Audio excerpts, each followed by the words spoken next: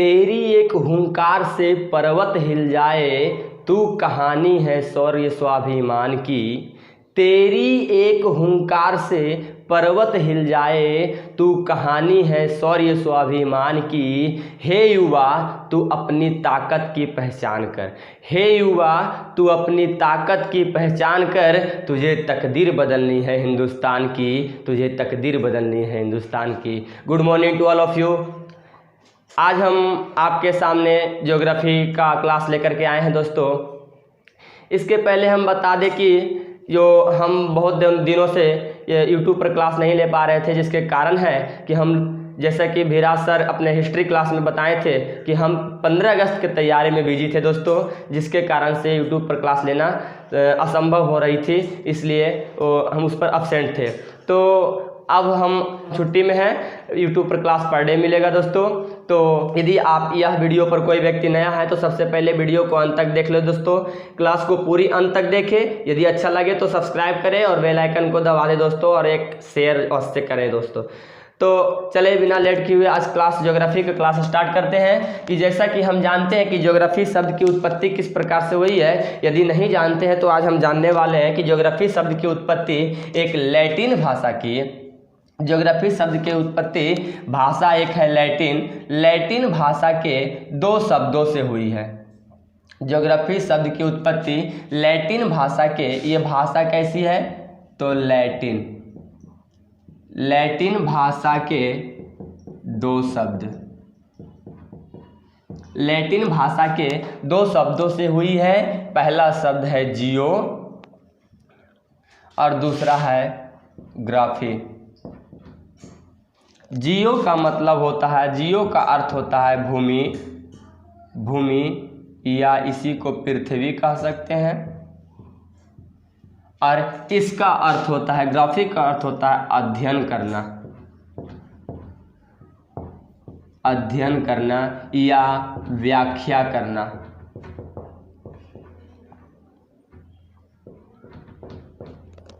करना।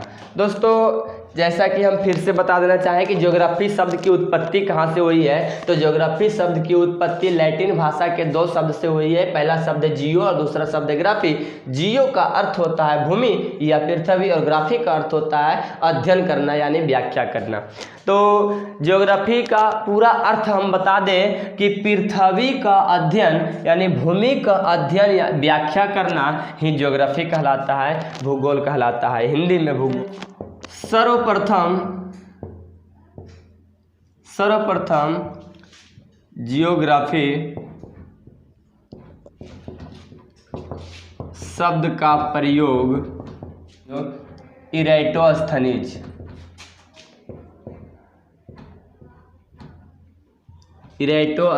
ने किया। सर्वप्रथम ज्योग्राफी शब्द का प्रयोग इरेटोस्थनीज ने किया, परंतु इन्हें भूगोल का जनक नहीं कहा जाता है। भूगोल का पिता हिकेटियस को कहा जाता है। भूगोल का पिता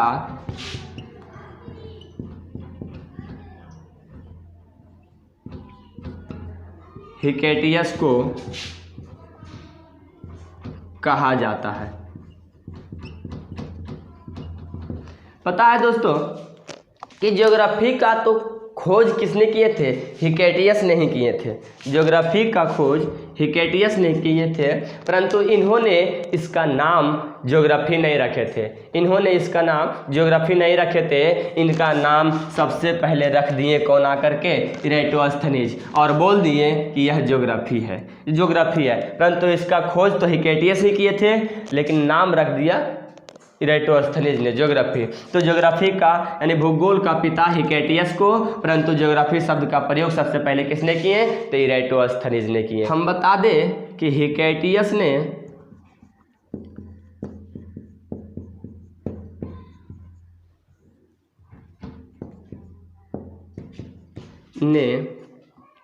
जियोपेरियड्स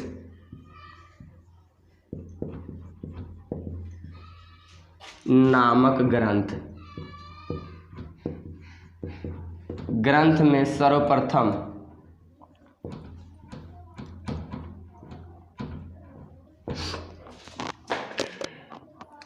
सर्वप्रथम प्रादेशिक भूगोल।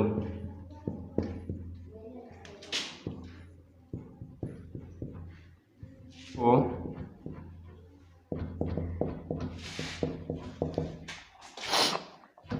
क्रमबद्ध रूप से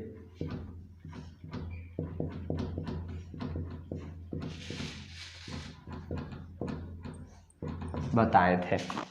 हिकेटियस ने अपने जियोपेरिड्स नामक ग्रंथ में सर्वप्रथम प्रादेशिक भूगोल के तथ्यों को क्रमबद्ध रूप से वर्णन किए थे या बताए थे, इसीलिए इन्हें भूगोल का पिता कहा जाता है। हिकेटियस को हिकेटियस ने जियोपेरिड्स नामक ग्रंथ में सर्वप्रथम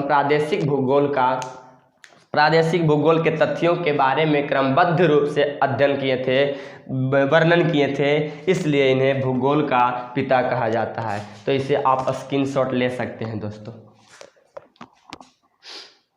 बात करें भूगोल की परिभाषा का, तो भूगोल की परिभाषा इस प्रकार से दे सकते हैं।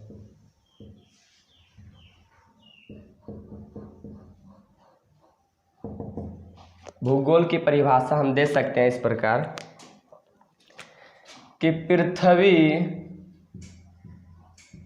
तथा इस पर रह रहे जीवों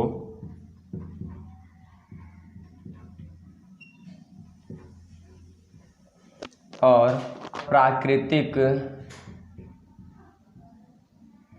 पर्यावरणों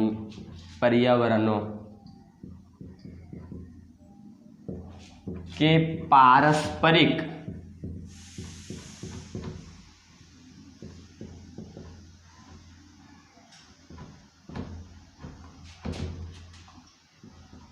संबंधों के अध्ययन को भूगोल कहते हैं। अध्ययन करने वाले विज्ञान